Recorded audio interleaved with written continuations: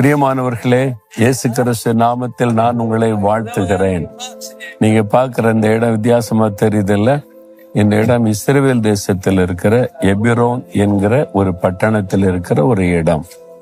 இந்த எபிரோன் இஸ்ரவேல் தேசத்துல முக்கியமான ஒரு பெரிய பட்டணம்.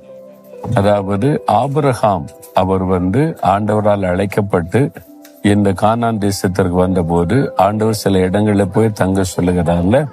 அப்பொழுது ஆபிரகாம் தங்கியிருந்த ஒரு இடம் எபிரோன் என்பது.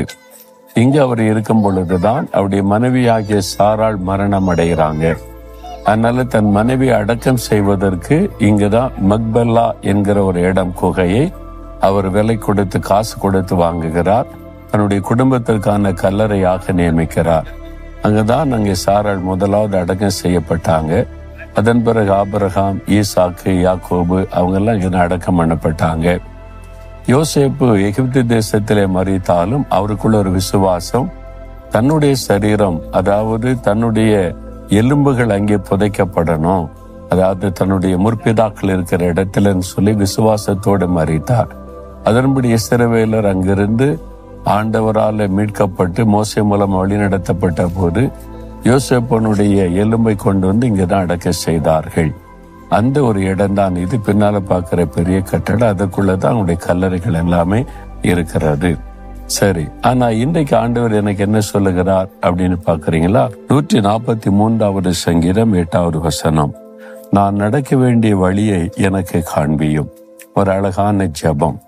தாவீது ஆண்டவரை நோக்கி ஜெபித்த ஒரு அழகான ஜெபம். ஆண்டவரே, நான் நடக்க வேண்டிய வழியை எனக்கு காண்பியும் என்பதாக. நம்முடைய வாழ்க்கையில பலவிதமான ஜெபம் பண்றோமே, நான் நடக்க வேண்டிய வழியை எனக்கு காட்டும் சொல்லி நம்ம ஜெபிக்கணும். இந்த ஜெபம் எனக்கு ரொம்ப பிரியமான ஜெபம். நான் அடிக்கடி ஜெபிக்கிற ஜெபம். என்னுடைய ஊழிய காரியங்கள், என்னுடைய குடும்ப காரியமானாலும் பர்சனல் காரியமானாலும் நான் என்ன செய்யணும், எப்படி செய்யணும் என்பதற்காக இந்த வசனத்தை தான் சொல்லி எனக்கு காண்பிய ஆண்டவரே என்பதாக ஜெபிக்கிறது உண்டு.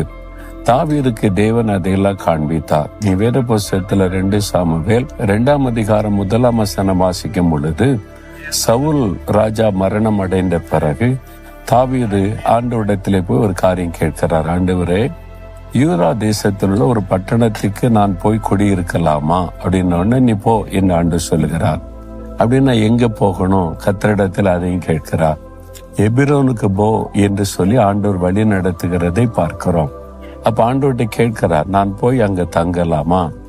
நம்ம இன்றைக்கு ஆண்டவரிடத்தில் அப்படிலாம் கேட்கறது இல்லை. ஆண்டவர், நான் பிசினஸ் பண்ண போறேன், ஆசீர்வதிங்க.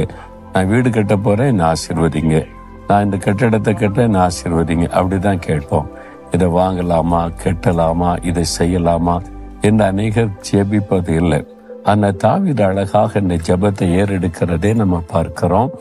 நான் அங்கே போகலாமா ஆண்டவரே அப்படின்னா எங்க போகணும்?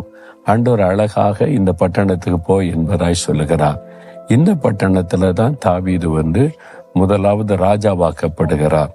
அவர் 30 வயசுல ராஜாவாகி கிட்டத்தட்ட 7 வருஷம் இந்த எபிரோனியத்துல ஒரு தலைநகராக வைத்து ஆட்சி செய்தார். எபிரோன்ல இருந்து கொண்டு யூதா தேசத்துக்கு தான் முதல்ல ராஜாவாக்கப்படுகிறார். அப்புறம் 12 கோத்திரம், இஸ்ரவேல் கோத்திரங்கள் அத்தனை பேர் சேர்ந்து எங்களுக்கு நீங்க முழு இஸ்ரவேலுக்கு ராஜாவா இருக்குன்னு கேட்டுக்கொண்ட பிறகுதான் அவர் முழு தேசத்துக்கு ராஜாவாக்கப்பட்டு எருசலேமை படுத்து அங்க போய் ஒரு ஆட்சி பண்ணுகிறதை வேதத்திலே நம்ம 2 சாமுவேல் 5ஆம் அதிகாரத்திலே பார்க்கிறோம். ஏனென்றால் தேவனால வழி நடத்தப்பட்டு ஒவ்வொரு காரியத்தை செய்ததுனால தாவீதின் காரியம் எல்லாமே வெற்றியாயிருந்தது. அப்ப அழகான ஒரு ஜெபம் எனக்கு காண்பியும். அப்ப நம்ம கேட்கணும், ஆண்டவரிடத்துல உடைய பிள்ளைகள் காரியமா இருக்கட்டும், சொந்த காரியமா இருக்கட்டும், ஒரு வேலை காரியமா இருக்கட்டும், ஆண்டவரே நான் எங்க போய் வேலை செய்யணும்னு நீர் விரும்புகிறீர்? நான் வெளிநாடு போகணுமா, இந்தியாவில் இருக்கணுமா, எந்த தேசத்துல வேலை செய்யணும், என்ன மாதிரி வேலை செய்யணும்னு காண்பியும், என்னை நடத்தும். இந்த மாதிரி நீங்க ஜெபித்து பாருங்க, ஆண்டவர் அழகாய் நடத்துவதை பார்க்க முடியும். ஆண்டவர் நடத்தி நீங்க செய்தீங்கன்னா அது சக்சஸ் ஆகும். சிலர் சொல்லுவாங்க, 4 மாடி ஒரு சின்ன கிராமம், அங்க போய் மோகன்லாஸ் ஊழி ஆரம்பிச்சதுனாலதான் இவ்வளவு பெரிய ஆசீர்வாதத்தை ஆண்டவர் தந்திருக்கிறான்னு சொல்லி. கிராமத்துல ஊழியம் செய்ததுனால ஆசீர்வாதம் கிடையாது. அப்ப பட்டணத்துல ஊழியம் செய்த ஆசீர்வாதம் வராதா? காரியம் அது வரல. நான் சென்னை பட்டணத்துலதான் 12 வருஷம் இருந்தேன். அங்க எங்களுக்கு சொந்தமா வீடெல்லாம் இருந்தது. ஆனா ஊழியத்துக்கு அழைத்த போது ஆண்டவரிடத்துல கேட்டேன், ஆண்டவரே நான் சென்னையில இருக்கணுமா, நான் எங்க இருந்து ஊழியம் செய்யணும்? ஆண்டவர் சொன்னார், உன் சொந்த கிராமத்துக்கு போ, அங்கிருந்து கொண்டு தான் ஊழியம் செய்ய வேண்டும் என்று தெளிவாய் ஆண்டவர் வழி நடத்தினார். ஆண்டோடைய வார்த்தைக்கு கீழ்ப்படிந்துதான் நாலுமாடியில ஜெபக்குழுவை ஆரம்பித்து ஊழியம் ஆரம்பிக்கப்பட்டது. அதனாலதான் இவ்வளவு பெரிய ஆசீர்வாதம். அப்போ தேவன் என்ன சொல்கிறான்னு கவனித்து கேட்டு நடந்தா அது ஜெயமாகும், அங்கே ஆசீர்வாதம் உண்டாயிருக்கும். நீங்களும் கூட ஆண்டவரிடத்துல கேட்கணும், ஆண்டவரே எனக்கு காண்பியும், நான் என்ன செய்யணும், என்ன முடிவு எடுக்கணும் என்று சொல்லி உங்களுடைய ஆசைகள் விருப்பங்களை எல்லாம் தேவ சித்தத்துக்கு கீழ்ப்படித்து முழு இருதயத்தோடு ஜெபித்து ஆண்டவர் வழி நடத்துவார். ஜெபிக்கிறீங்களா? ஆண்டவரிடத்துல கேட்கிறீங்களா, ஆண்டவரே நான் நடக்க வேண்டிய வழி எனக்கு காண்பியும், நான் செய்ய வேண்டிய காரியத்தை எனக்கு காண்பியும், நான் உம்மிடத்தில் கேட்காமல் செய்த காரியத்தை தயவாக மன்னியும், இனி எனக்கு ஆலோசனை கொடுத்து வழி நடத்தும், அதற்கு என்ன அர்ப்பணிக்கிறேன். இயேசுவின் நாமத்தில் ஜெபிக்கிறேன். ஆமேன், ஆமேன்.